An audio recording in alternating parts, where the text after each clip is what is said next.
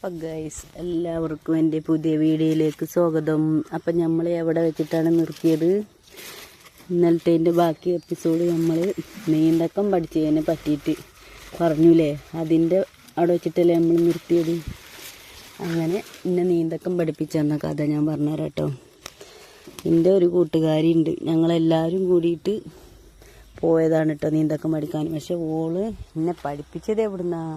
കിണറ്റിൽ നിന്ന്. ഗെയ്സ്, കിണറ്റിൽ നിന്നാണ് ഞാൻ നീന്തക്കം പഠിച്ചത്. നിങ്ങളാരെങ്കിലും കിണറ്റിൽ നിന്ന് നീന്തക്കം പഠിച്ചവരുണ്ടോ? ഉണ്ടെങ്കിൽ കമൻറ്റ് ഇടണേ. ഞാൻ കിണറ്റിൽ നിന്നാണ് പഠിച്ചത്. അവൾ എന്നോട് പറഞ്ഞ് ആദ്യം ഒരു സാരി വയറിൻ്റെ മുകളിൽ കെട്ടി തന്നു കേട്ടോ. എന്നിട്ട് ഓള് ഈ ചാടിക്കോ, ഞാൻ ഈ കയറിങ്ങനെ പിടിക്കാം, അപ്പം എന്നെ ഞാൻ വിടില്ല എന്ന് പറഞ്ഞു. അപ്പോൾ ആയിക്കോട്ടെ എന്നാൽ ഞാൻ ചാടാ പറഞ്ഞു. ഞാൻ ധൈര്യത്തോടെ എടുത്ത് ചാടി എന്നല്ല, ഓള് ചാടിയോടുകൂടെ സാരി കയ്യിൽ നിന്ന് വിട്ടു. സാരി കയ്യിൽ നിന്ന് വിട്ടു എന്നല്ല, അടിക്ക് പൊന്തുക. നേരെ ഞാൻ ബാക്കിലേക്ക് പൊന്തിയിട്ടൊന്ന് വന്ന് നേരെ ബാക്കിലേക്ക് നോക്കി നോക്കുമ്പോൾ അവൾ സാരി വിട്ടുക്കുന്നു.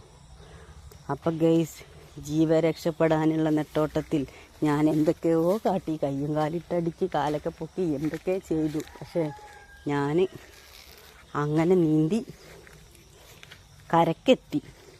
അതിൽ ഞാൻ നീന്തക്കം പഠിച്ചു. അങ്ങനെയാണ് ഞാൻ നീന്തക്കം പഠിച്ചത് ഗൈസ്.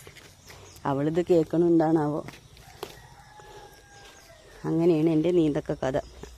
നീന്താലും അറിയാത്തവരൊക്കെ ഉണ്ടെങ്കിൽ അവളുടെ അടുത്തേക്ക് വന്നോളിട്ടാ, അവൾ നീന്തക്കം പഠിപ്പിച്ചിരും. അങ്ങനെ ഞാൻ നീന്തക്കം പഠിച്ച് പിന്നെ ഞാൻ സ്വന്തം ഒറ്റയ്ക്ക് നീന്താൻ തുടങ്ങിട്ടോ. ഒറ്റയ്ക്ക് നീന്തലും ചാടലും കുളിക്കലും എല്ലാം തുടങ്ങി. അങ്ങനെയാണ് ഞാൻ നീന്തക്കം പഠിച്ചത്. ഞങ്ങൾ എപ്പോൾ നോക്കിയാലും വീട്ടിലൊന്നും ഉണ്ടാവില്ല. ഈ നീന്തക്കം പഠിക്കാനും അതിനും ഇതിനും പാടത്ത് കൂടിയും പറമ്പ് കൂടിയും എല്ലായിടത്തു കൂടിയും പോകും. പിന്നെ എന്താ എല്ലാവരും വിശേഷങ്ങൾ? എൻ്റെ ചാനൽ ആദ്യമായിട്ട് കാണുന്നവരാണെങ്കിൽ സബ്സ്ക്രൈബ് ചെയ്യണം കേട്ടോ. അപ്പോൾ ഇത്രയൊക്കെ ഉള്ളൂ എൻ്റെ വീഡിയോ. ഞാൻ അടുത്ത വീഡിയോയിൽ വരാം.